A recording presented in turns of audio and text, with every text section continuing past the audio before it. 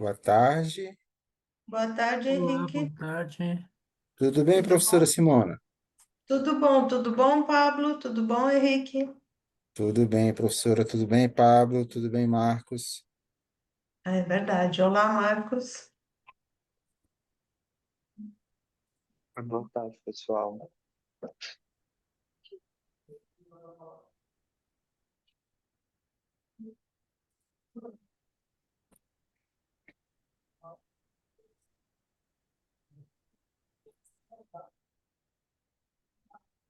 Consegue me escutar bem?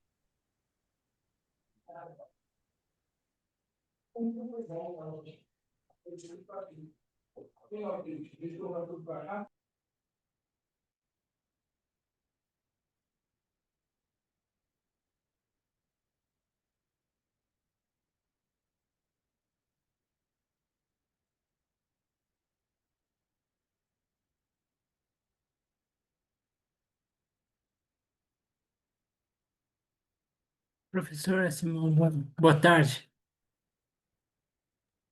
Boa tarde, Pablo. Tudo bem? Tudo sim. Henrique, boa tarde. Henrique está sem som. Desculpa. Boa tarde, Pablo. Hum, Rapidamente eu vou me adaptando aqui, viu? Desculpa. Ah, a gente vai.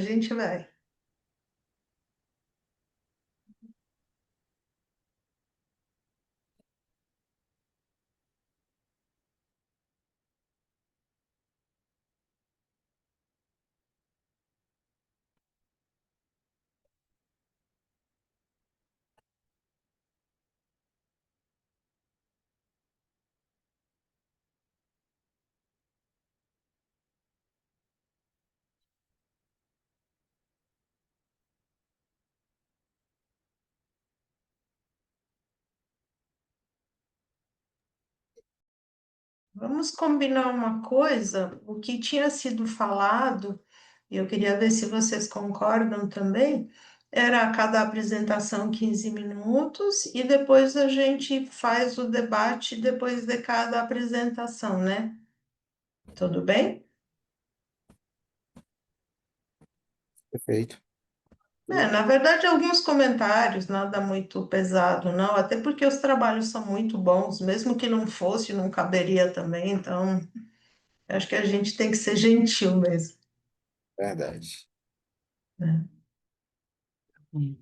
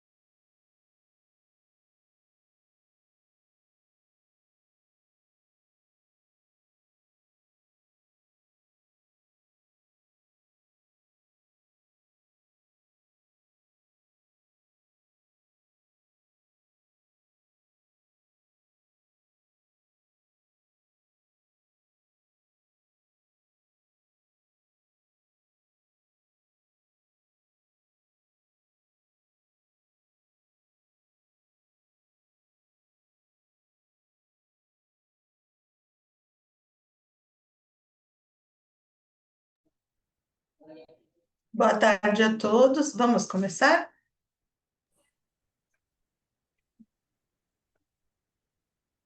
Boa tarde, Podemos. Simone. Boa tarde, professor Renato. Boa tarde, Henrique. Renato já está ótimo. Boa tarde, professor João. Boa tarde, professora doutora Simona. Obrigada. Boa tarde. Encontrar velhos amigos sempre é bom. Encontrar amigos é sempre bom, o velho é por sua conta. Velho porque são há muito tempo os amigos, não por Velho no outra sentido de razão. intensos, né? Velho no sentido de Exato, intensos, por exato, isso. exato. Posso só fazer uma pergunta, Simona, mas é para o Roberto. Claro. Roberto, você quer começar fazendo a apresentação para depois ficar livre? Porque aí qualquer coisa, ou o João ou eu damos uma força. Olá, tudo bem? Pode ser, pode ser. Não é que pode ser. Eu estou perguntando porque aí eu vou pedir para quem está coordenando que chame a professora doutora Simona. Professora doutora Simona. Se não for incômodo. Perfeito. Então, deixa eu começar. Deixa eu compartilhar aqui. Espera só um minuto. Vou apresentar primeiro para... Aqui, peraí.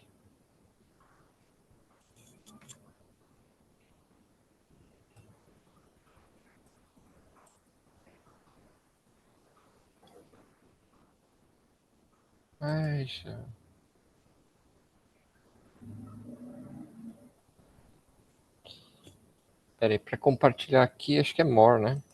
Deixa eu ver aqui.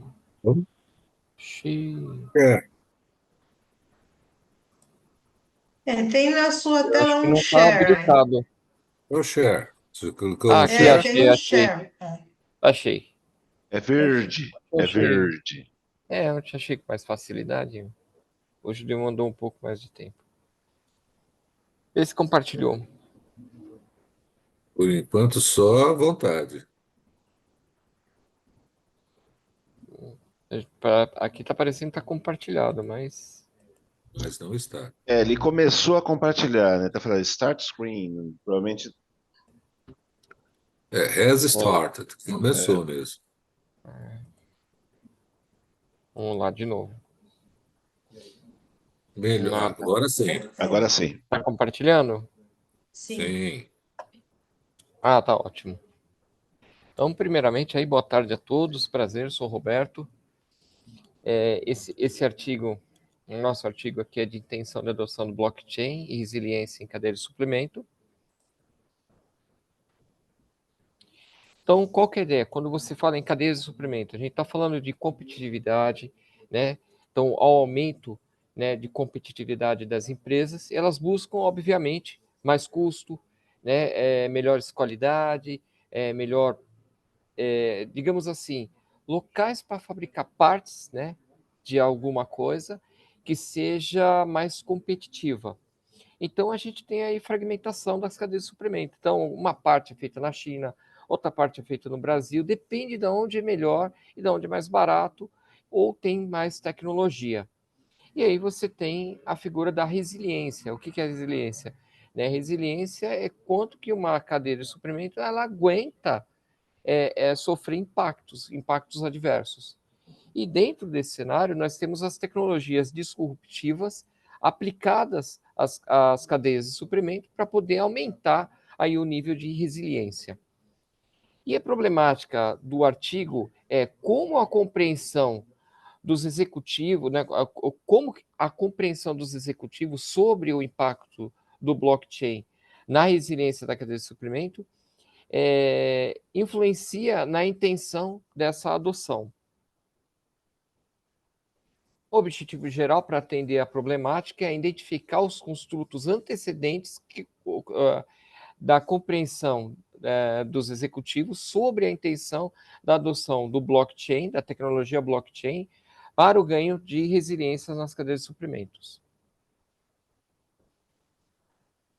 O que é fator de vulnerabilidade? Quando a gente fala em vulnerabilidade, a gente está falando de turbulências no geral, turbulências ambientais, né, dentro do ambiente institucional, fora do ambiente institucional, que acaba ameaçando a cadeia de suprimento. As ameaças deliberativas, as pressões externas, principalmente, e os recursos limitados que nós temos. Então, obviamente, nós temos que ter outros caminhos aí, dependendo, ou controle, ou alguma coisa. Então, tudo isso é preocupação, né, das vulnerabilidades, onde você pode acabar com a sua cadeia de suprimento ou até mesmo paralisar aí a cadeia de suprimento. Então, quando você fala em resiliência em cadeia de suprimento, nós estamos falando na capacidade de antecipar, de adaptar, de responder às vulnerabilidades, né, às ameaças, de se recuperar e principalmente de aprender com o que aconteceu. Então, as cadeias de suprimento hoje, as empresas não estão competindo mais entre si, elas estão competindo entre cadeias, né? Então, o principal foco, né, de força competitiva é as cadeias de suprimento. E dentro da criação de resiliência nas cadeias de suprimento, nós temos a tecnologia blockchain. É uma das tecnologias disruptivas. Nós temos outras tecnologias que também podem estar auxiliando nesse processo. E o que é o blockchain? O blockchain nada mais é que é um livro-razão distribuído, né, que racionaliza, né, o processo de registro, né, em série cronológica. Então, ele distribui, né, essa razão, né, na verdade, esse registro, né, e, principalmente, ele é imutável. Então, isso aí tem ali duas partes, né? Uma parte, ele evita, né, você mudar dados, você alterar dados, né? Ele dá mais segurança na rede, mas, por outro lado, também ele traz um pouco de inflexibilidade.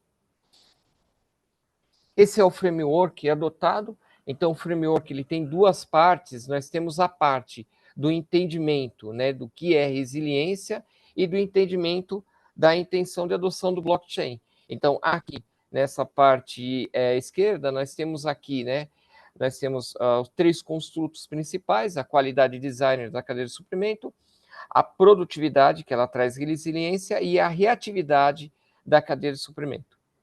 E ele é sustentado aí com algumas métricas. Nós temos essa intenção, e essa intenção, né, com antecedente, né, do entendimento do que é resiliência, do que traz resiliência, nós temos a intenção de adoção, que ele é também formado por 4 construtos, né, na verdade 3 construtos, né. Nós temos a confiança na adoção do blockchain, a expectativa do esforço na adoção do blockchain, a facilidade de adoção e a influência social nessa adoção do blockchain, né? O que os outros pensam disso e tudo mais. As hipóteses, né? Então, nós temos aí 5 hipóteses sustentadas, né? Dependendo do caminho, né? Que aí fala: a qualidade do design da cadeia de suprimento impacta positivamente na produtividade? A qualidade do design da cadeia de suprimento impacta positivamente a intenção da adoção da tecnologia blockchain? A reatividade da cadeia de suprimento impacta positivamente a adoção da tecnologia blockchain? A produtividade da cadeia de suprimento impacta positivamente a intenção da... Opa! Eu acho que teve um pequeno erro aqui na... Acho que teve uma repetição aqui. Bom, enfim, acho que teve um pequeno erro aqui depois eu busco. Não estou com acesso agora ao arquivo. E a pesquisa de campo?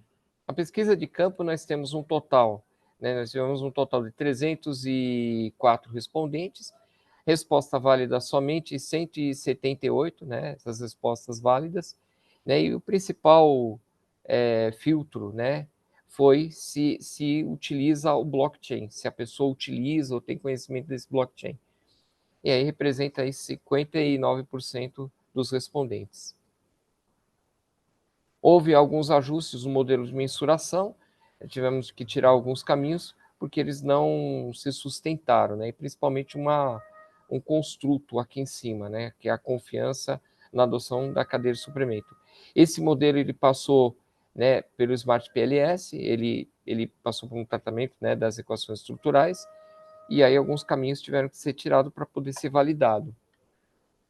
Então, esse aqui ficou o ajuste, aqui com as hipóteses, né?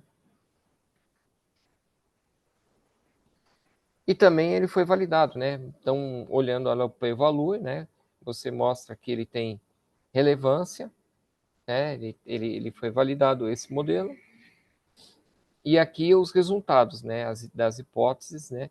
Então, se o designer ele impacta na produtividade, se o design impacta na intenção de adoção, aqui dá para ver um pouco mais. Eu não estou com acesso agora, estou no celular, mas aqui, ó, a reatividade e produtividade, a produtividade e a intenção de adoção no blockchain, e a reatividade e a intenção de adoção, a reatividade com a intenção de adoção do blockchain. A única que foi descartada foi esse caminho, né, que é o designer e a intenção de adoção.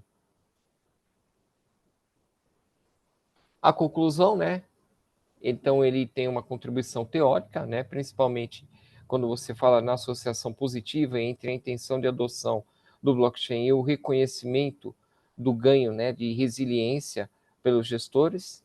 Então, ele sugere ampliação do conhecimento.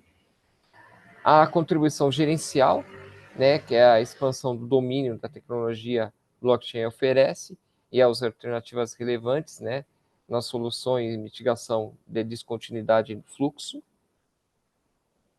E as limitações da pesquisa, né, que ele foi estritamente em São Paulo, poderia ser expandido aí em outros lugares no Brasil ou até mesmo em outras localidades do mundo. E a amostra, né, concentrada nas cadeias de suplementos industriais, principalmente da onde nós conseguimos aí as amostras, né, a pesquisa, que foi principalmente aí numa feira que teve, né, de elétrica, e dali a gente conseguiu ter alguns respondentes.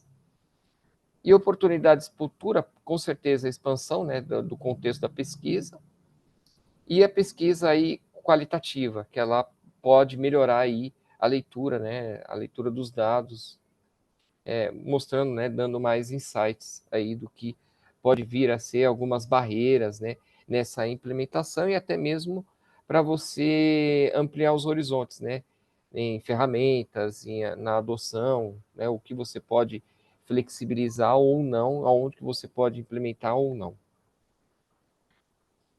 Então, esse aí foi o nosso trabalho. Procurei ser um pouco breve aí, Maravilha, maravilha. devido às circunstâncias no trabalho, né?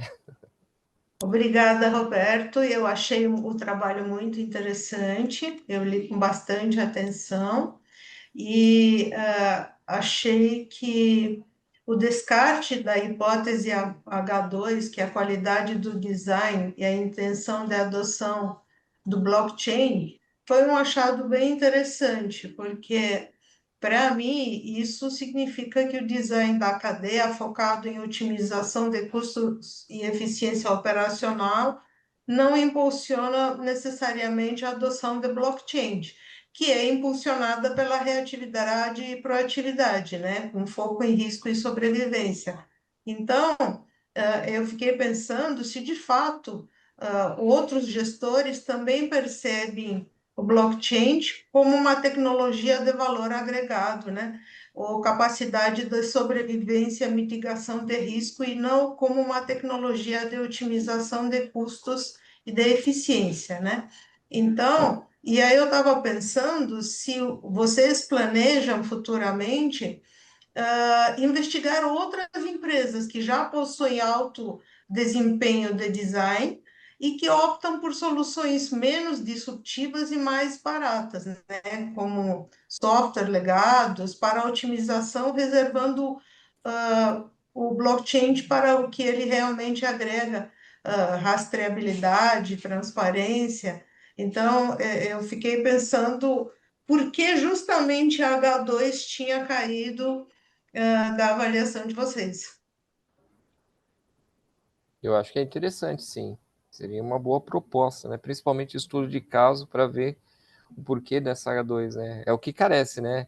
Alguma pesquisa um pouco mais qualitativa, né? A quantitativa ela é muito boa, ela traz bastante sites, mas a qualitativa ela explica muita coisa.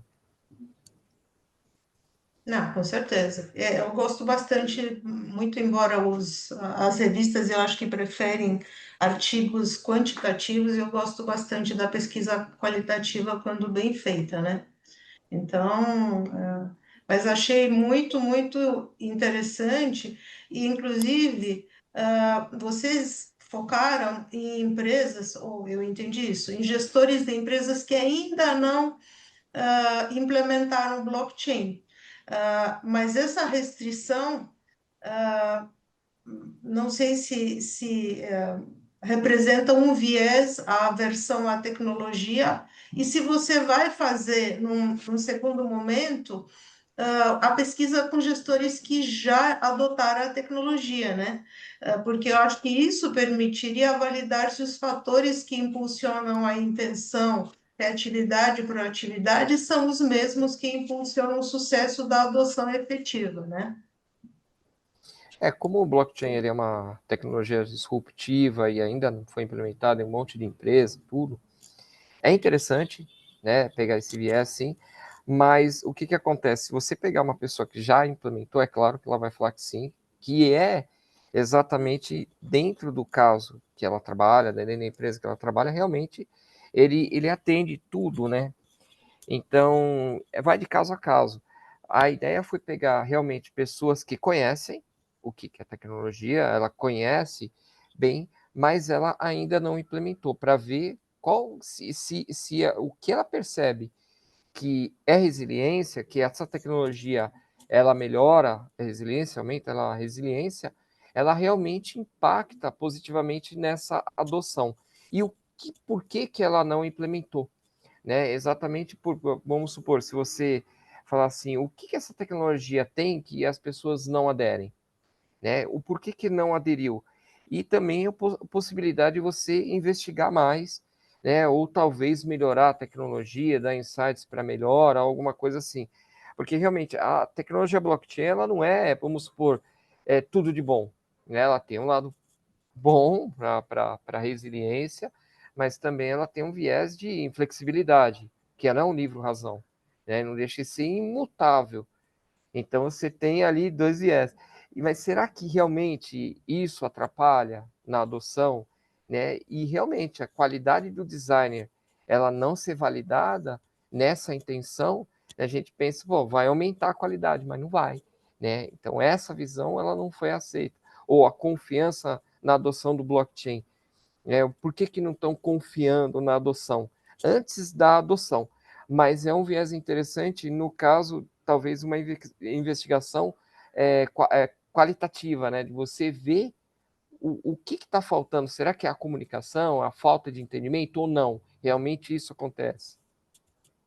Mas eu estava pensando, e talvez o professor Renato, quem sabe, me ajuda contribuindo também, e eu estava pensando que a amostra sendo restrita a uma região como São Paulo, que tem uma complexidade maior e maturidade tecnológica maior, pode ser que isso influenciou o descarte da H2.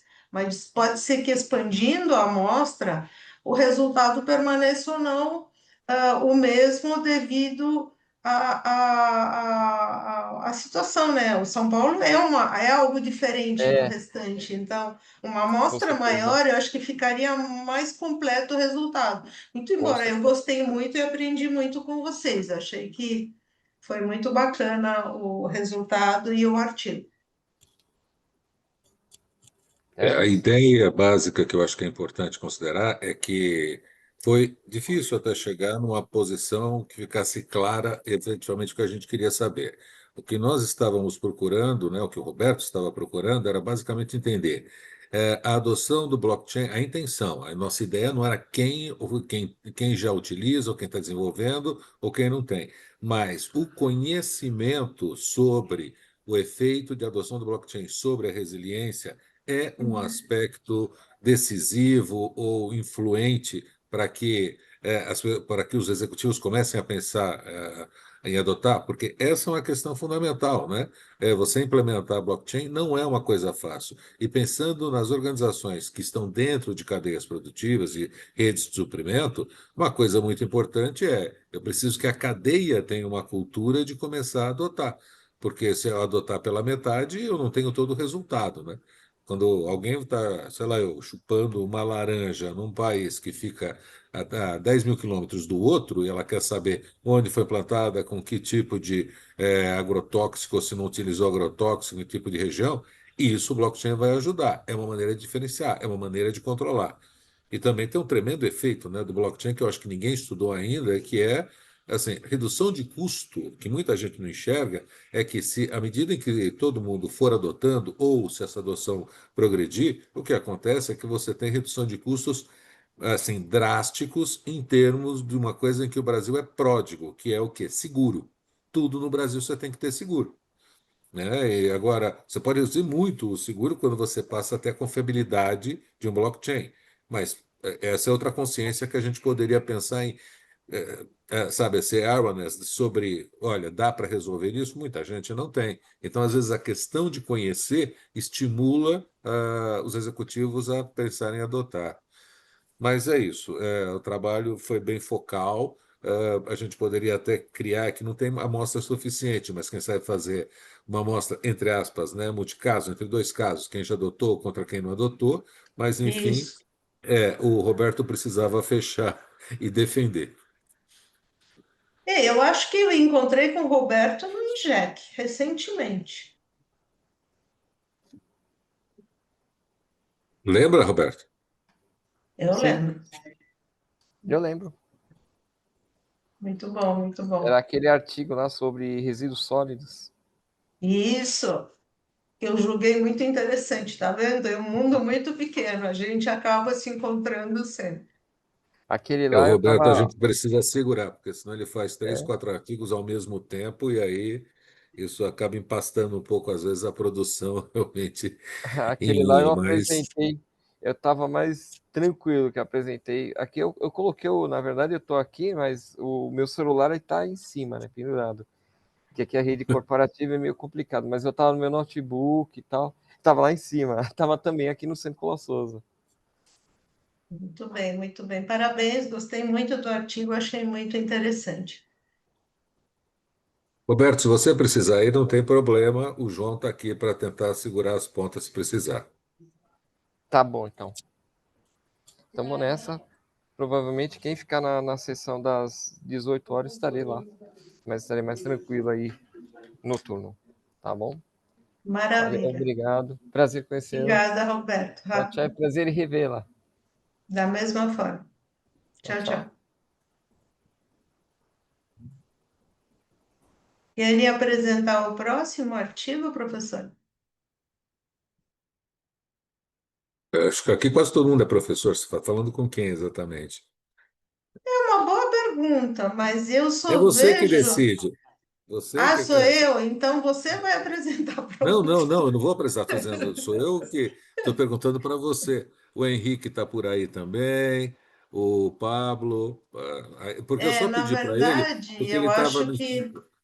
eu acho que dos apresentadores só tem você e o João. O Roberto e o Henrique são assessores da sessão. Sério?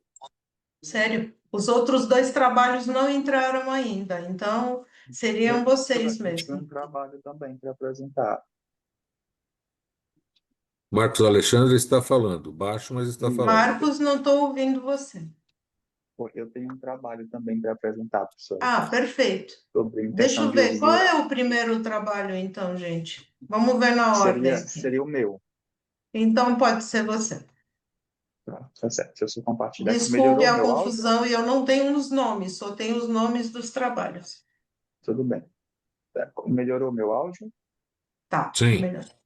Ó, deixa eu só compartilhar aqui a tela. Vocês confirmam para mim se estão vendo em modo apresentação.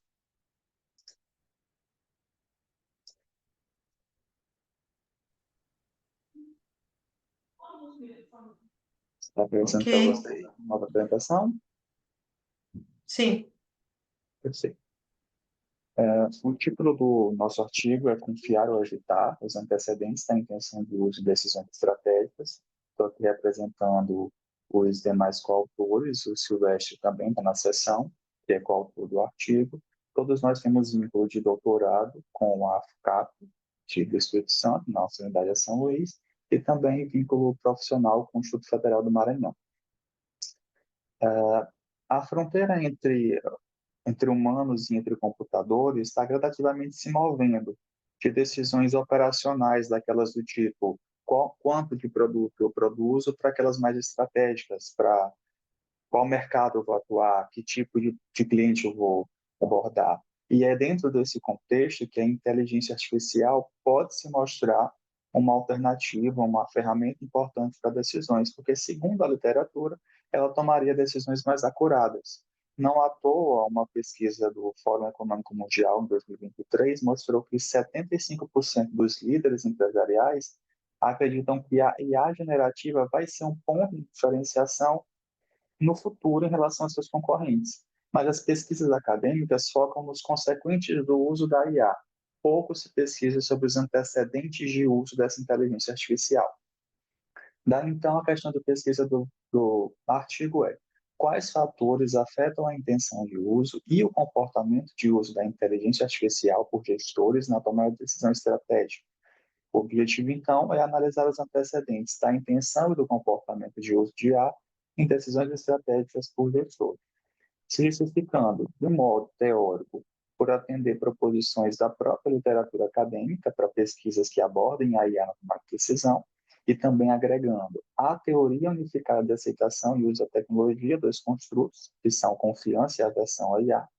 Já de modo prático, a gente está abordando o uso de IA por gestores, o que é pouco estudado, que vai gerar insights tanto para as empresas que pretendem adotar, quanto para desenvolvedores de inteligência artificial aplicada. Organizações são guiadas por decisões, e essas decisões são tão mais efetivas quanto são efetivas as ferramentas que se utiliza para tomar decisão, em especial aquelas tecnológicas. É aí que a inteligência artificial pode permitir melhores decisões, porque ela tem uma capacidade de processamento maior, em especial quando a organização tem recursos limitados. A definição de inteligência artificial que é adotada aqui é uma definição voltada para pesquisas na área de ciências sociais aplicadas, como uma nova geração de tecnologias que tem a capacidade de interagir com o ambiente, coletar informações, interpretar e gerar resultados e aprender a partir desses resultados. E dentro de decisões estratégicas, ela teria a vantagem de, por exemplo, remover vieses, tanto individuais quanto coletivos. Para avaliar a nossa questão de pesquisa, foi utilizada a Teoria Unificada de Aceitação e Uso de Tecnologia, que é uma teoria de 2023, do Benkatete e companhia, que é um modelo causal. Ele foi desenvolvido para descrever e predizer tanto a aceitação quanto o uso de uma nova tecnologia, podendo explicar cerca de 70% da variação da intenção de uso. Ela é formada a partir de elementos que são comportamento de uso, que é o uso real de uma tecnologia, a intenção de uso, a disposição em utilizar essa tecnologia, a expectativa de desempenho, que é a percepção do indivíduo de que utilizar aquela tecnologia vai gerar algum benefício, a expectativa de esforço, a percepção de que utilizar a tecnologia vai reduzir o esforço do indivíduo, a influência social, que é uma percepção ligada a como o indivíduo vê que os outros consideram importante que ele utilize a tecnologia, e condições facilitadoras, que é a existência de suporte para utilizar. Agregada a essa teoria, incluímos a confiança, que dentro do contexto tecnológico está associado à atitude do indivíduo em relação ao agente, acreditando que esse agente vai ajudar ele a alcançar um objetivo, especialmente em um ambiente de incerteza. E a literatura afirma que a confiança em inteligência artificial ela é particularmente importante e até certo grau distinta da confiança em outras tecnologias, porque, ao contrário de um computador que está adstrito a um espaço físico, a IA pode ser utilizada em qualquer contexto, em qualquer ambiente. E daí, então, muitas pessoas receiam em confiar na inteligência artificial. Quando a gente entra, então, no outro tema, que é de aversão. Não existe um conceito na literatura ainda para aversão à inteligência artificial. A gente se baseou no conceito de aversão ao algoritmo e definimos aqui a aversão à IA como o comportamento do gestor e negligenciar ou evitar decisões e informações que vêm de ferramentas de IA em favor de suas próprias decisões. E essa aversão ela é especialmente evidente em domínios que têm incerteza, tal quais aqueles ligados com tomada de decisão. Daí, então, a gente tem esse modelo teórico que foi testado aqui. Nossa primeira hipótese é que a expectativa de desempenho afeta positivamente a intenção de uso. A segunda hipótese é que a expectativa de esforço afeta positivamente a intenção de uso. A terceira hipótese é que a influência social afeta positivamente a intenção de uso. A quarta hipótese é que as condições facilitadoras afetam positivamente o comportamento de uso. E aqui a quinta hipótese de que a intenção afeta o comportamento. Esses elementos aqui, esses construtos, isso aqui é a teoria unificada. O que a gente agregou? Aversão e confiança. A confiança na hipótese 6 é de que ela afeta positivamente a intenção de uso de IA em decisões e modera a relação entre intenção e comportamento. E a moderação seria positiva, ela fortalece essa relação. Aqui a aversão, nossa hipótese 8 é de que ela afeta negativamente a intenção e modera a relação entre intenção e comportamento, reduzindo esse efeito. Como variáveis de controle, idade, gênero, experiência profissional e área de atuação. E daí a gente testou isso em uma pesquisa quantitativa e descritiva, o corte foi transversal e os dados foram primários. Nossa população-alvo foram gestores que tomam decisões estratégicas, usando uma amostragem não probabilística por acessibilidade. Os construtos foram medidos por escalas já validadas, usando uma escala Likert de 5 pontos. Os dados foram coletados por um questionário eletrônico, que, além de uma pergunta de controle, também abordou questões sociodemográficas. O período de coleta foi entre 26 de maio e 18 de junho, gerando uma amostra de 245 respostas válidas, o que superou a amostra mínima calculada com o IPEPAL. Para analisar, o modelo foi utilizado a modelagem por equações estruturais com estimação por mínimos quadrados parciais. Na análise de dados em relação ao modelo de mensuração, foi observada a validade convergente e a validade discriminante e também a confiabilidade dos construtos.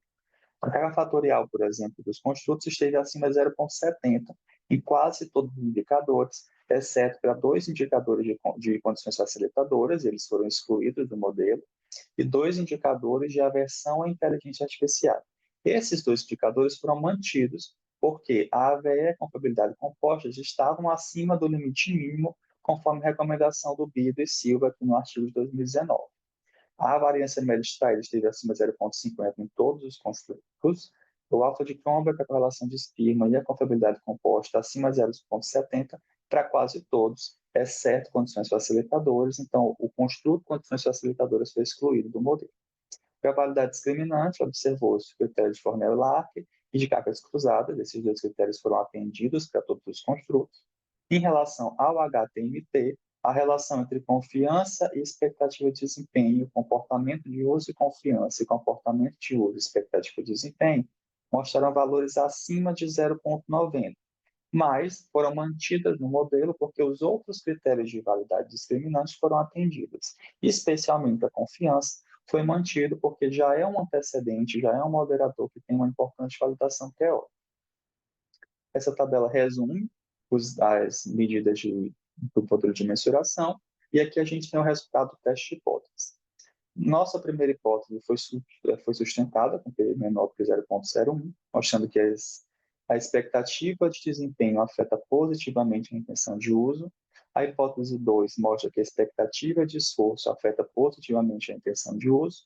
A hipótese 3 confirma que a influência social afeta positivamente a intenção de uso. A hipótese 4 não pôde ser testada, porque condições facilitadoras foi excluída do modelo. A hipótese 5 mostra que a intenção afeta o comportamento positivamente, então também sustentando a hipótese. A hipótese 6 mostra que a confiança afeta a intenção de uso, que também sustenta a hipótese. Contudo, nossa hipótese 7 não foi sustentada, porque o beta foi aqui negativo, e a nossa hipótese era de que a moderação fosse positiva. Na verdade, a confiança reduz o efeito da intenção em relação ao comportamento. A hipótese 8 também foi confirmada, de modo que a aversão afeta negativamente a intenção de uso. A hipótese 9 não foi confirmada, porque o beta não foi estatisticamente significativo. E, de modo complementar, nós percebemos que a aversão à IA afeta o comportamento de uso de um modo negativo e a confiança afeta o comportamento de uso de um modo positivo, inclusive com o maior tamanho de efeito aqui de 0,67. E aí, o que a gente tem de discussão? Primeiro, que a teoria unificada de aceitação e uso de tecnologia é uma teoria que ela é válida para entender os antecedentes de uso da inteligência artificial e já foi pesquisado, inclusive, em outros contextos, com bibliotecários, com estudantes, com os gestores de RH, porque o modelo mostra que tanto a intenção afeta o comportamento, quanto as expectativas e influência social afetam a intenção. E isso já era esperado, de acordo com a literatura. Os grandes achados do trabalho que a gente considera são em relação à confiança e em relação à aversão de uso, porque a confiança teve efeitos opostos. À medida que ela afeta positivamente tanto a intenção de uso quanto o comportamento de uso do gestor em usar IA para tomar decisões estratégicas, o efeito moderador é de redução. Na presença de confiança, a intenção afeta menos o comportamento de uso. E daí, aqui eu tenho um gráfico de inclinação para mostrar isso. Aqui, na presença de baixos níveis de confiança, que é essa reta vermelha, a inclinação é maior, ou seja, a intenção afeta mais o comportamento. Em altos níveis de confiança, a inclinação é menor, a intenção afeta menos o comportamento. E aí, qual seria a possível explicação? Olhando para a literatura, a confiança é um conceito dinâmico. Ele envolve consistência, a confiabilidade, a disposição em depender, que seria a fé. Envolve a percepção do indivíduo de que a inteligência artificial, a confiança em tecnologia, o elemento ele é capaz de entregar o que é prometido, que é competência, que ele consegue ajudar em uma tarefa, que é a benevolência, e que ele vai ser previsível. Isso tudo geraria uma crença no indivíduo de que ele pode contar com a tecnologia. E o que pode estar acontecendo nessa relação de moderação que é negativa? Um atalho cognitivo. O indivíduo com altos níveis de confiança tem mais predisposição a utilizar a IA para tomar decisões estratégicas, porque ele tem quase uma fé cega nela. O nível de confiança é tão elevado que ele toma a decisão com IA, não porque ele passou por um processo que primeiro envolveu a intenção para depois o comportamento. Não, é um atalho cognitivo. Já em relação à aversão, ela afeta negativamente a intenção de uso e o comportamento do uso, que seria uma espécie de desvio do pensamento racional do gestor. Embora a IA tenha os seus benefícios em relação ao processamento de dados e à acurácia da informação, isso não é levado em consideração. A aversão supera esses benefícios, então ele não tem intenção de utilizá-lo. Contudo, a aversão não afeta a relação entre intenção e comportamento, o que também é um achado interessante, dado que a aversão ela teria características emocionais e individuais semelhantes às de confiança, e aí já não tem o efeito moderador. Em relação às variáveis de controle, somente a experiência do gestor mostrou resultado estatisticamente significativo, de modo que gestores experientes têm menos tendência a usar a IA, seja porque ele tem uma grande bagagem de conhecimento, seja porque ele pode considerá-la como uma competidora dentro da empresa. E daí, já caminhando para a conclusão, temos que o uso da IA para tomar decisão dentro de empresas está ligado tanto a uma percepção individual de benefícios, também da influência social, percepção individual essa que está ligada com critérios racionais, gerando a necessidade de investimentos das empresas sobre a forma como os gestores percebem a inteligência artificial, mas não só esses fatores racionais. As percepções emocionais de confiança e de aversão também impactam. Então, essa capacitação tem que ser além do puramente técnica, também tem que considerar essas percepções emocionais. O próprio papel da confiança e a complexidade que a confiança tem dentro desse modelo mostra que as empresas precisam investir na forma como os gestores percebem a IA com confiança, mas em níveis moderados, porque em níveis altos ele pode ter um atalho cognitivo. Como limitações, nós temos que a maior parte dos respondentes trabalham em organizações públicas e também está concentrado em um único estado. O tamanho da amostra, embora tenha sido 245, é pequeno, e a manutenção da variável confiança, mesmo diante dos problemas de HTMT, podem ser uma limitação. Para pesquisas futuras, recomenda-se pesquisas qualitativas, tanto sobre o papel da confiança, também sobre o papel da aversão, Dois elementos que talvez sejam, inclusive, agregados ao próprio modelo da Opt-out, e também a compreensão de mecanismos, tanto individuais quanto coletivos, que estão afetando, que afetam como é que indivíduos mais experientes aceitam ou não aceitam a inteligência artificial. E aqui nós temos uma parte das referências que nós utilizamos, e obrigado pela atenção de vocês. Bom, muito bom, Marcos, parabéns. Eu achei o trabalho muito interessante, realmente. Achei os resultados também surpreendentes, né? Pelo menos lá alguns deles, da confiança excessiva, por exemplo, que muito embora é crucial para a intenção de uso, modera, que você chamou de H6, modera negativamente a relação entre a intenção e comportamento de uso, né? Eu estava pensando que isso também, aquilo que você falou, pode levar a uma dependência excessiva, e que você considerou a possibilidade que essa moderação negativa não seja um problema de subutilização, mas um problema de uso acrítico, né? Então, eu estava pensando se de fato dessa forma, a tomada de decisão do gestor confia, por exemplo, o gestor confia tanto que ignora o IA ou aceita cegamente, né? Então, como que isso vai funcionar de fato no dia a dia para esse gestor? Então, e eu estava pensando que vocês estavam considerando a confiança como um construto unidimensional, só que ela pode ser também dividida em subconstrutos. E a partir daí pode ser qual aspecto da confiança está gerando entender qual aspecto da confiança está gerando essa moderação negativa, porque eu penso que a resposta que a gente aguardaria normalmente para a confiança seria exatamente o contrário. Então, eu fiquei surpresa com o resultado da pesquisa, pelo menos nesse aspecto. Simona, a gente também ficou muito surpreso. A gente não esperava que a confiança tivesse efeito moderado negativo.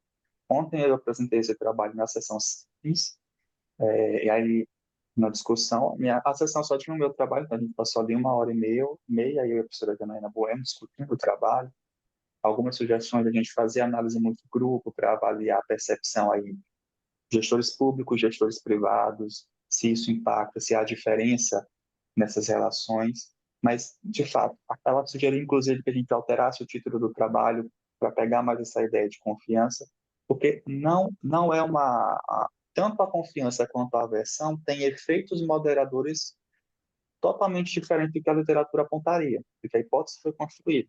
Confiança é negativa e a aversão não afeta. Então, gostei dessa ideia, de a gente pegar a confiança no futuro, tentar pegar ela como um construto de segunda ordem, pegar os outros elementos e tentar entender qual deles está afetando. Interessante, posso acrescentar, inclusive, como pesquisas futuras de recomendação. Porque assim, é um resultado inesperado. Quer contribuir, Renato? Quero. Não é contribuir, é algumas discussões, né? Quando eu vejo num trabalho que está envolvendo a questão de utilização, uso, enfim, adoção de IA, eu sempre em alguma medida, isso está ligado a decisões de gestores, né? E confiança é uma categoria social, né? É alguma coisa que você, em geral, desenvolve confiança entre pessoas, entre organizações, entre entidades, né? Dá para discutir muito bem esse conceito. Aliás, como eu sou da área de redes, é uma das coisas que a gente utiliza muito, né? Categorias sociais como confiança, que é totalmente diferente de comprometimento, que é diferente de cooperação, que é diferente de colaboração, que é diferente de oportunismo, mas são categorias sociais. Quando você coloca, a sensação que eu tenho quando eu vejo a sua apresentação é que, da maneira como você coloca confiança e aversão, às vezes até me soa quase como se fosse um contínuo. Você vai desde que eu confio até eu não confio, eu desconfio, não quero aquilo. E isso também me chamou um pouco a atenção. Eu achei inovadora a ideia de tentar colocar para ver se ela realmente funciona como moderação ou até como antecedente em algum momento. Com relação a essa questão, eu acho que a primeira coisa que se eu pegasse, por exemplo, teu material na mão para avaliar, não é? Eu sou editor associado de uma revista importante aqui no Brasil e tudo mais, a primeira coisa que eu ia ver eram as métricas, os indicadores, né? Os itens que você utilizou. Porque confiança, quando você está falando em rede, você tem métricas validadas em vários construtos, métricas validadas, utilizadas, que saem em periódicos, de alto impacto, e, portanto, você pode utilizar. E as métricas podem fazer a diferença. Qualquer erro em categorias sociais e como você coloca a questão pode induzir a compreensões muito diferentes. Então, essa é uma preocupação. Quando você diz que a sua amostra é pequena, está solto assim, pequeno, né? Aliás, os meus orientandos, como o João, sabem que palavras como pequena, grande, não podem ser escritos, em hipótese nenhuma, em artigos, a não ser que seja grande empresa, coisa que você consegue saber qual é o tamanho. Mas quando você fala pequeno, eu fico pensando, porque eu não vi em nenhum momento quais foram os itens, não consegui ler o teu trabalho. Né? Aliás, desde ontem, está sendo o dia inteiro dedicado ao SEMEAD. E eu não consegui ver o número de métricas que você tem, como é que foi o estudo que você fez efetivamente em termos de validade discriminante, validade convergente, como é que você botou, também não tem tempo também para mostrar tudo isso. Mas a primeira questão que me chamaria a atenção é justamente isso. Saber quais são as métricas, essa confiança, pelo que eu estou vendo, é muito mais uma confiança quase que deve vir de artigos, ou artigos validados mesmo em ciências sociais aplicadas, ou alguma coisa que vem até de psicologia, porque o executivo tem que acreditar. Então, estamos pensando em cabeças que tomam decisões. É, Quanto à adoção de A, também eu acho que poderia ser melhor trabalhada. A adoção de A, eu vou tentar ser rápido assim. Eu tenho um orientando de doutorado atualmente que ele está fazendo um trabalho sobre intensidade do uso de A em ERPs e verificar qual que é o impacto que isso tem em cocriação de valor e eficiência operacional. Então, assim, quando você fala adoção de A, você pode. Imagina um ERP que você tem vários megaprocessos, dentro você tem processos, subprocessos. Quando você fala utilização de IA, saber com que extensão você está pensando em IA. IA para tomar decisão estratégica, é o que você diz no seu artigo. Bem, IA para tomar decisão estratégica significa o quê? No planejar em que nível? Porque cá entre nós, eu já fui diretor de empresa. Você tomar uma decisão, IA pode te ajudar muito, mas você sabe que você paga um preço. Aí vem a última questão, que aí eu acho interessante o que você disse de tentar compor, acho que depois do que a Simona falou, uma análise comparada, porque uma coisa é você ser gestor público e a outra é você ser diretor de uma empresa que fatura, sei lá, 5 bilhões por ano e que a decisão sua pode ser água ou fogo. Né? Então, é importante considerar isso. Mas eu acho que a tua contribuição é absolutamente interessante, tem espaço para publicação, eu só acho que ela tem que ser ajustada. Caiu na mão. Eu também, por favor, eu faço editor de uma periódico, mas eu faço avaliação para um monte de periódico internacional. A primeira coisa que as pessoas se preocuparem é justamente com isso, com que definições e com que sustentação. Tá certo? Era isso, mas assim, que tem espaço, tem, que eu só acho que precisa ajustar, mas que tem foco, tem, mas deixar muito claro, são gestores públicos, definir claramente a diferença. Gestor público no Brasil é um gestor público cá entre nós, né? Eu já fui casado com duas mulheres que eram do setor público. Não, eu falo assim, as pessoas acham assim, eu já fui casado 5 vezes, e são amigas, amigas. Mas o que acontece? As duas subiram na carreira, só que sempre com aquela coisa que, assim, elas subiram na carreira, o máximo que elas podem fazer é eventualmente estacionar. Cair é quase impossível. Demitir, então, só se descer o barbudo do céu aqui e mandar embora, porque senão é totalmente diferente o risco que você corre na tomada de decisão. Mas é isso, eu queria só colocar tudo isso, mas assim, achei muito consistente da maneira como você explanou. Eu só acho que você precisa deixar claro esses recortes e depois deixar claro também quais foram as métricas que você utilizou. né? E isso é fundamental, né? Para um periódico de alto impacto aceitar topar, aceitar ler e eventualmente topar o artigo, ele necessariamente ele quer saber de onde veio, né? Se você falar, ah, não, Renato, foi validado como? Não quero tomar mais tempo, acho que eu já falei demais. É isso, mas parabéns, eu gostei do material. obrigado, professor Também Renato, gostei. obrigado pelas contribuições. Só fazendo uns adendos em relação a, que assim, está tudo muito relacionado. Em relação à confiança e aversão, já estava na nosso radar um possível problema de validade discriminante entre confiança e aversão. E ainda bem que lá nos resultados a gente não teve esse problema de validade discriminante entre os dois. E aí a gente usou realmente escalas. As escalas da teoria vieram de fato lá da teoria, que já é aplicada à tecnologia, e as escalas de aversão e de confiança foram tiradas do contexto tecnológico. A gente não pegou escalas de aversão ligada, ou de confiança ligado a pessoas e aplicou. Não, a gente já pegou aquelas que estavam validadas dentro do contexto tecnológico. A nossa amostra, por exemplo, nós tentamos contato com todos os conselhos regionais de administração e não tivemos resposta da maioria. Tentamos contato com o Conselho Federal de Administração, porque é ali que estaria o nosso público-alvo. O CFA me respondeu depois que a gente terminou a coleta de dados, inclusive eu reabri um questionário só para eles, e teve no máximo 20 respostas. A gente tentou falar com a própria USP, com a Mackenzie, com a Dom Bosco, a maioria não divulgou nossa pesquisa. Então, acabou que a gente ficou com uma amostra que reduziu para o estado do Maranhão, que acabou sendo por acessibilidade, e isso afetou a minha capacidade de fazer uma análise multigrupo, porque quando a gente jogou no Smart PLS, ele deu um erro de matriz, porque eu tinha poucos respondentes privados. Como eu tenho agora uma amostra um pouquinho menos maior dos privados, eu vou incorporar e tentar fazer agora a multigrupo para avaliar essa diferença do gestor público e gestor privado, que ontem também a professora que estava comigo na sessão Sapiens, a professora Janaína, levantou exatamente essa questão. Mas a forma como um gestor público toma a decisão é diferente de como um gestor privado toma a decisão. Inclusive, a explicação para essas moderações estranhas pode estar aí. Então, a gente vai rodar isso de novo agora, considerando o multigrupo. Concordo totalmente. Perfeito. Obrigada, Marcos. Muito bom trabalho. Eu que agradeço. Bom, e agora eu acho que o professor João.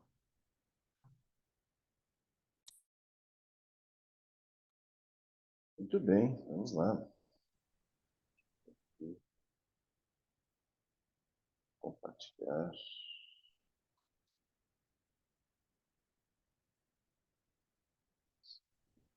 João, já vai pontuando o que a gente viu que está errado aí no modelo e tudo mais, para as pessoas terem essa clareza. Ok, ok, vamos lá. Só deixar alguma coisa para discussão, né? Senão fica sem graça.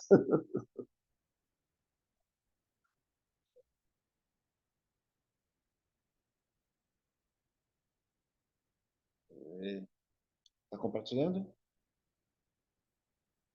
Ok.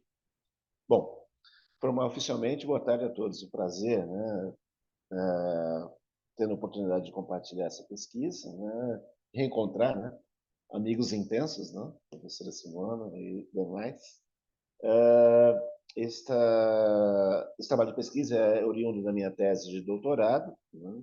Que teve por orientação o professor Renato, né?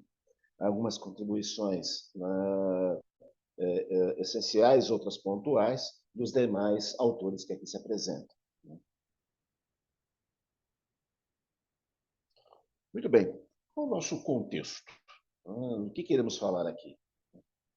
Basicamente, falamos de competitividade, que cada vez mais levam as organizações a buscar criar valor, né?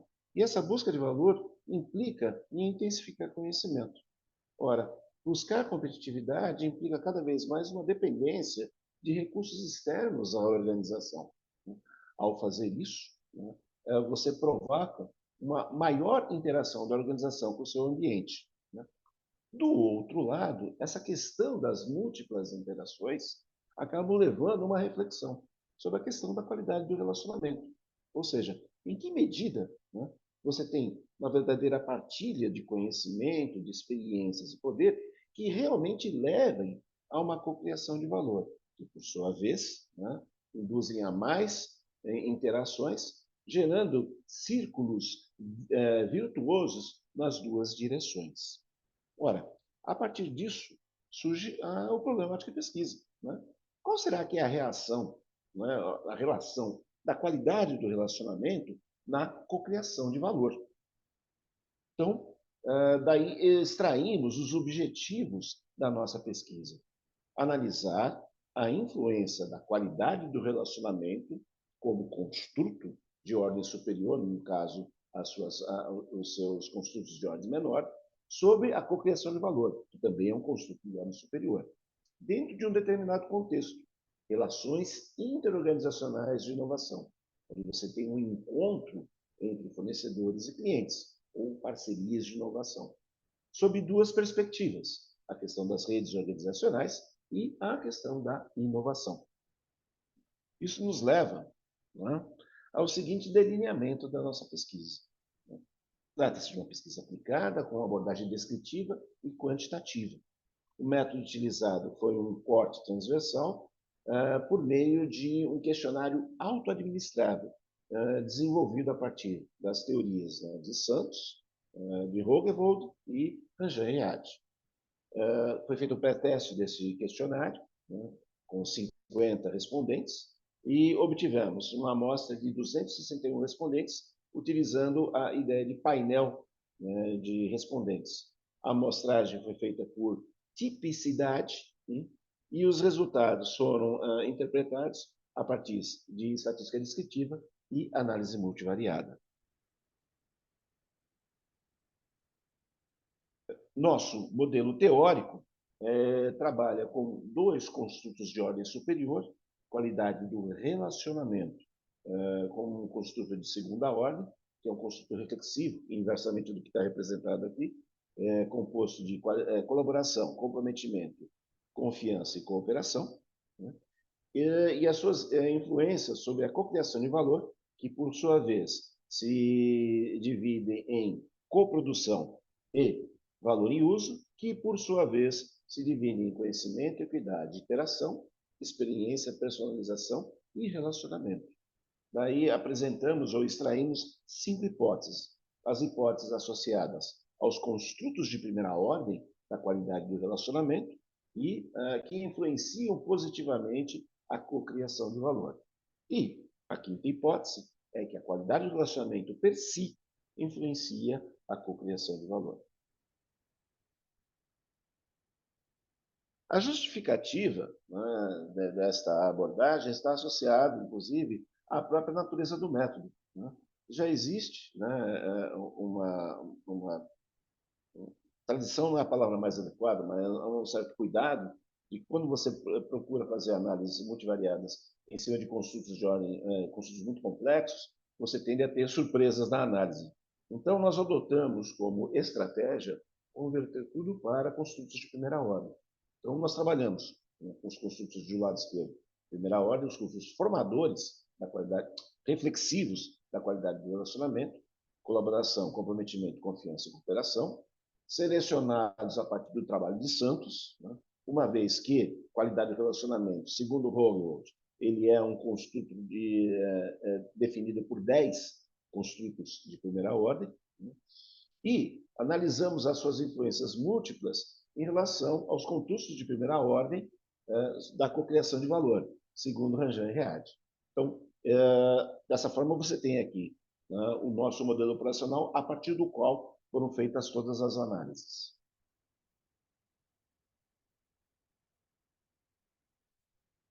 Como primeiros resultados, né, nós temos aqui, vamos começando pelo lado esquerdo, né, na análise nós tivemos a eliminação, né, de um dos indicadores de confiança. Então, TRU2, né, no processo de análise, em função da sua carga fatorial, ele foi eliminado. Né.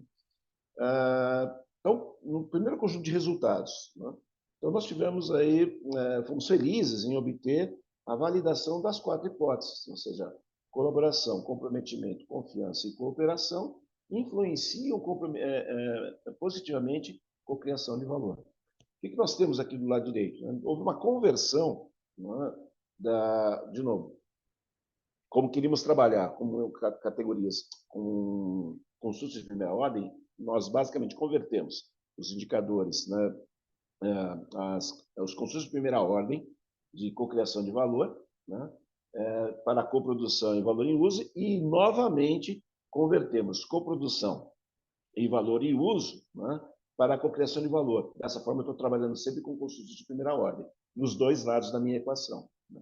Então, essas sucessivas conversões é que permitiram fazer essa validação positiva, né? Ou seja, de confirmar as hipóteses entre construtos de primeira ordem com construtos de primeira ordem. Então, colaboração, comprometimento, confiança e cooperação influenciam positivamente a cocriação de valor, hipóteses sustentáveis.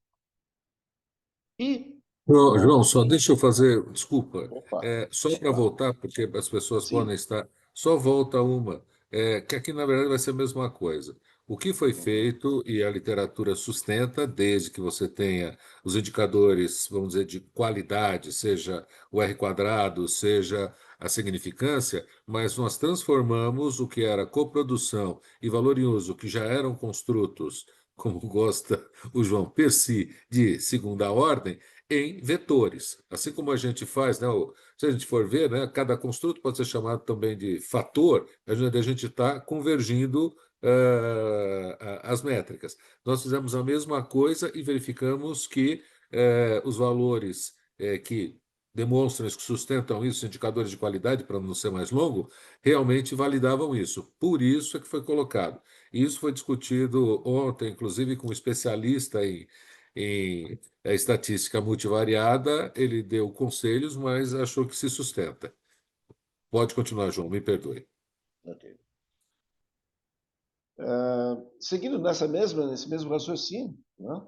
Então, quando se analisa a qualidade do relacionamento, né, e aí, novamente, fazendo uma nova transformação daqueles construtos de primeira ordem, né, em vetores, né, para poder ter, novamente, relações entre construtos de primeira ordem, né, eu tenho que qualidade do relacionamento influencia positivamente a cocriação de valor, ou seja, sustentando a hipótese. Contribuições, né, e conclusão desse processo. Né? Primeiro, as implicações teóricas. Né?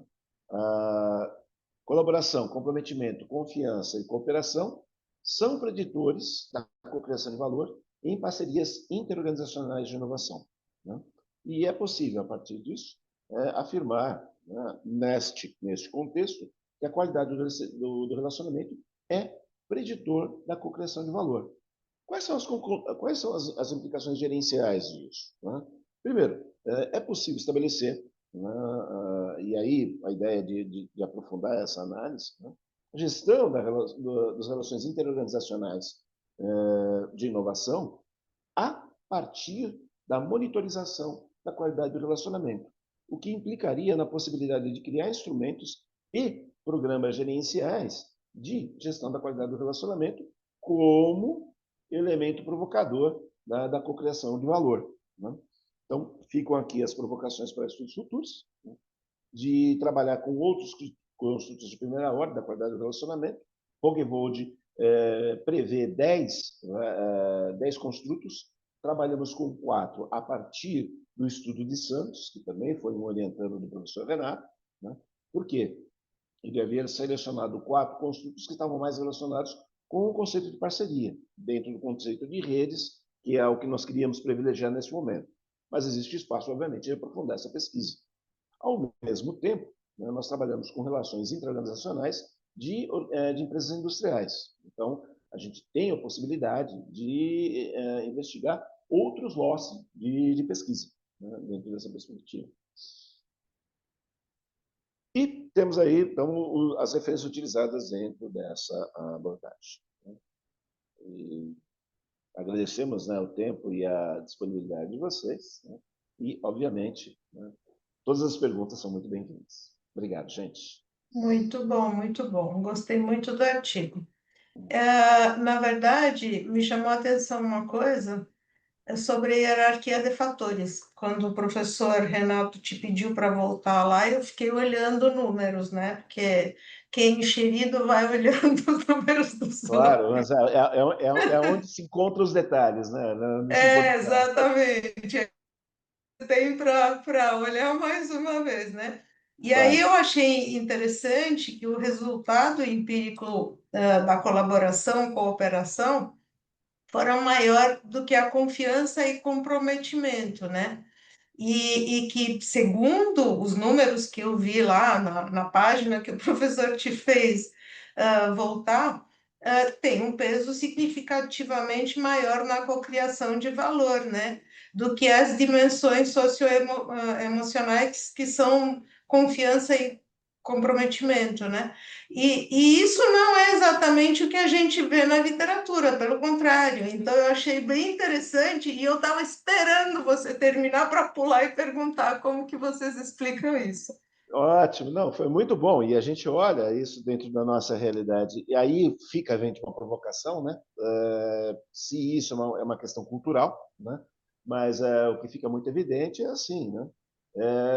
Eu não preciso cooperar, eu não preciso confiar em você para cooperar com você, né? Então, olhando dessa perspectiva de negócio, então é essa oposto do que a gente encontra, né? Ou seja, todo na literatura a questão da confiança é sempre a primeira categoria social a ser relevada, né? E aqui, né, ficou, pelo menos no nosso trabalho, né, uma coisa evidente, que, deixa eu amenizar a minha fala, que foi muito, muito contundente, né? Mas no sentido de que, né, entre a confiança e a colaboração, entre a confiança e a colaboração e a cooperação são mais importantes, ou têm um peso maior do que a própria confiança, dentro de um contexto de negócio. E olhando assim empiricamente para a experiência, né, olha, isso parece que faz sentido, né? Ou seja, nossa história não está muito diferente do que a gente andou vendo, né, ao longo dos dias. Mas foi interessante trazer esse elemento. A gente não quis, obviamente, colocar isso como ponto de evidência, porque precisaria aumentar o detalhamento e fazer um estudo mais profundo para poder chegar a essa conclusão de maneira mais coerente. Mas esse é um dos primeiros achados. Um outro achado, né, eu sei que o Renato vai querer falar a respeito disso, mas também tem a ver com a questão metodológica, né? Ou seja, a gente acabou logrando sucesso porque adotou a abordagem da simplificação dos construtos de primeira ordem, ou seja, adotar uma estratégia para redução e transformação, né, dos construtos complexos em construtos mais simples, né, garantiu uma análise mais tranquila por parte das ferramentas utilizadas, né? Renato. O que eu ia dizer, bem, da questão metodológica fica parecendo que a gente simplificou, né, para facilitar o trabalho, principalmente o contrário. Teve que trabalhar um bocado para sair de onde estava e chegar nisso com consistência suficiente para poder, eventualmente, mandar para um periódico. Essa questão da colaboração e da cooperação me surpreendeu também da primeira vez que eu tive contato com o Peron. O Peron é o Peron Santos e tudo mais, Peron Santos Avelino, justamente por conta disso. No caso dele, olha, uma coisa que deveria ser mais valorizada, e eu não sei se todo mundo percebeu, é o fato de que os profissionais que foram selecionados, nós estamos falando de parcerias interorganizacionais, organizações diferentes, em ambientes de inovação intensiva.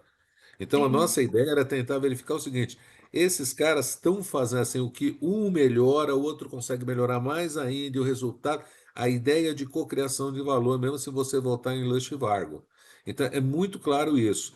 E realmente eu tinha justamente a expectativa de ter a mesma questão do Peron. O Peron, ele foi executivo, assim, de diretor a presidente de várias consórcios de construção de ponte, de rodovias, de grandes estruturas. Assim, isso foi passado, porque ele tinha acesso a todo mundo, nós conseguimos fazer um tremendo levantamento só com executivos de primeiríssima linha. E a ideia era justamente pegar esses quatro construtos, e aí era mais simples que o do João. Era simplesmente para ver se eles conseguiam associar a desempenho financeiro. Impressionante. O que que realmente foi pesado para o desempenho financeiro? Colaboração e cooperação. Ou seja, por mais que eu goste ou desgoste da pessoa com quem eu estou trabalhando, se eu estou cooperando, né, que é o cooperar, eu estou trabalhando junto, mas os dois estão atingindo seus objetivos. Ou se eu estou colaborando, quer dizer, é um objetivo que eu estou colaborando para que ele seja atingido, ele não é necessariamente meu. Mais ou menos é isso, estou sendo bem, bem limitado. Mas isso faz toda a diferença no resultado que você vai ver lá no final. Então, isso realmente achei muito interessante e repetiu, né? O João nem conheceu o Peron, nada disso, mas. Ah, e outra coisa, as categorias, as métricas que eu tinha falado, o Marcos Alexandre deve estar por aí. Os itens, né, que foram utilizados para construir, eles saíram de literatura que tem no máximo de 5 anos para menos que foram utilizadas, e foi impressionante como, tudo bem, mesmo mexendo, deixando em português, fazendo a validação do texto, como elas realmente conseguem, elas capturam muito bem o que é colaboração, o que é cooperação, sem misturar as coisas. Então, muito, muito interessante mesmo. Então, era isso. O trabalho agora precisa ser arredondado para poder cumprir o seu destino. Maravilha, parabéns, professores. Obrigado. Eu acho que o nosso último trabalho não está aqui, né, Henrique? Não, viu, professora? Realmente ficamos nos 3 trabalhos mesmo. Sempre são os melhores. Com Ou certeza, então viu, ele ficou com professor? vergonha de apresentar, também não sei. Exato. Depois de tantas setinhas e bolinhas, não é fácil apresentar, né? Não, se ele vier, assim, eu sempre achei pesquisa qualitativa muito mais difícil do que pesquisa quant. Pesquisa quant a gente tem estrutura, remonta, vai pesquisar, qual é difícil. Mas, em geral, como a gente vê muitas qualis aí, depois que você pega 3 artigos deitando e rolando em cima de quant, e a pessoa vem com uma quali para levantar expectativas, se não for um trabalho de primeiríssima linha, fica muito complicado. Verdade. Bom, então eu acho que nós finalizamos por hoje. Acho que o quarto trabalho não vai surgir. Então, antes de Por concluir, favor. Simone, um assunto que é muito técnico. Você estava no PDW ou não? Que Se eu foi antes estar? no PDW, que foi uma coisa chamada pela RAUSP para discutir. Não tá. Não, só Não, para dizer, lá eu acho que chegou ao 80. Você estava, né, João? Ou você não estava? Sim, eu sim. não estava. Você estava. Aquela interrupção. Cara, desculpa ter chamado a atenção, mas é que ele tinha falado, estava todo mundo com a mãozinha. Eu sei que você, Não como precisava, entende com da certeza. coisa, você Mas é falou. que depois de Então, depois de 2 horas de apresentação, contra a expectativa que a gente tinha, né? Então, mas tudo bem, não, mas faz parte do o esquema. que era técnico, que eu acho que a Simona tem que entender, é o seguinte: lá chegou até, eu acho que umas 80 pessoas, mais ou menos, né, João? Mais. Acho que Mas, se bateu então, o 200 assunto pessoas. mais discutido no começo foi: eu entrei na sala e alguém falou: Olha, já gostei, eu não sei se é virtual ou não, mas gostei do seu livro que aparece bem aqui, né, Eu de ia Corinthians. falar isso, professor, Não, mas mas eu me assim, mas aí começou a contive. pipocar um monte de Eu corintiano. sou Não, não muito sei o que lá. delicada, eu me contive. Desculpa para quem não é corintiano, mas a Simone é pior do que eu. Ela é sócio torcedora. É verdade, é verdade. Quando você assiste o jogo Aí, do quando eu Corinthians e falo aparece a isso, plateia, perguntam é se meu o marido. Corinthians tem doutores que torcem por ele. Claro que Falam que tem, não Com deveria certeza. ter. Nós somos maioria em todos os estratos, inclusive entre os mais ricos, os doutores, lixeiros, assassinos. Nós somos maiorias em tudo. Isso não tem discussão. Inclusive Muito bom, nessa professor. sessão, viu, professor? A maioria absoluta, né? Eu tô, Muito bom. você está falando isso, mas assim, Henrique e Pablo, Não, vocês são corintianos ou sou, não? não, eu sou Fortaleza. Eu sou Fortaleza.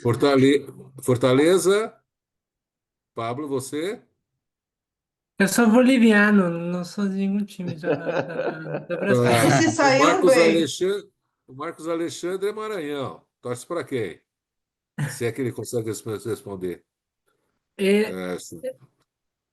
eu moro aqui no Não Minas, torço então para nenhum, sou eu estou nenhum torcendo time. por o Cruzeiro agora. Ah, Para o Cruzeiro. Cruzeiro. É, Eu prefiro o Atlético ainda. Marcos, você ia falar, Marcos Alexandre, você torce para quem? Ô, Renato, tô nenhum time. Ah, tá bom. Tá bom. Quando você decidir, e se você tem bom gosto, pelo menos branco e preto na roupa. É isso. Muito bom, professor, muito Professora bom. Simona, eu queria só Sim. pedir licença, ó, surgiu um vascaíno aí também. Queria só pedir licença, a coordenação, né, a organização do evento, pede que a gente preencha essa avaliação da sessão, né? Então eu deixei o link aí, Isso, se por os favor. professores e demais colegas aí puderem fazer a gentileza, de fazer a avaliação dessa sessão, que foi excelente, né? Pessoal, por Bom, favor, eu tô corintianos ou pedindo não, por favor, colaborem, não, tá? eu estou pedindo em nome mesmo da Simona, eu acho que é muito importante. Está aqui no chat, é só clicar e vamos preencher. Tudo bem? Tudo certo. Tá bom, então. Deixa eu sair correndo que eu tenho que dar aula daqui, o quê? Tem que dar aula de graduação lá na USCS E ainda. eu vou entrar em outra sessão agora. Então, Boa muito sorte, obrigada a Simone. todos. Parabéns pelos trabalhos apresentados, foram Obrigado, excelentes e Simone. até o próximo semestre. Com certeza, com certeza. Um abraço Pessoal, um a prazer. todos. Abraço, Prazer gente. conhecê-los e conhecê-las. Um abraço. Prazer. Abraço. Até mais. Até. Obrigado.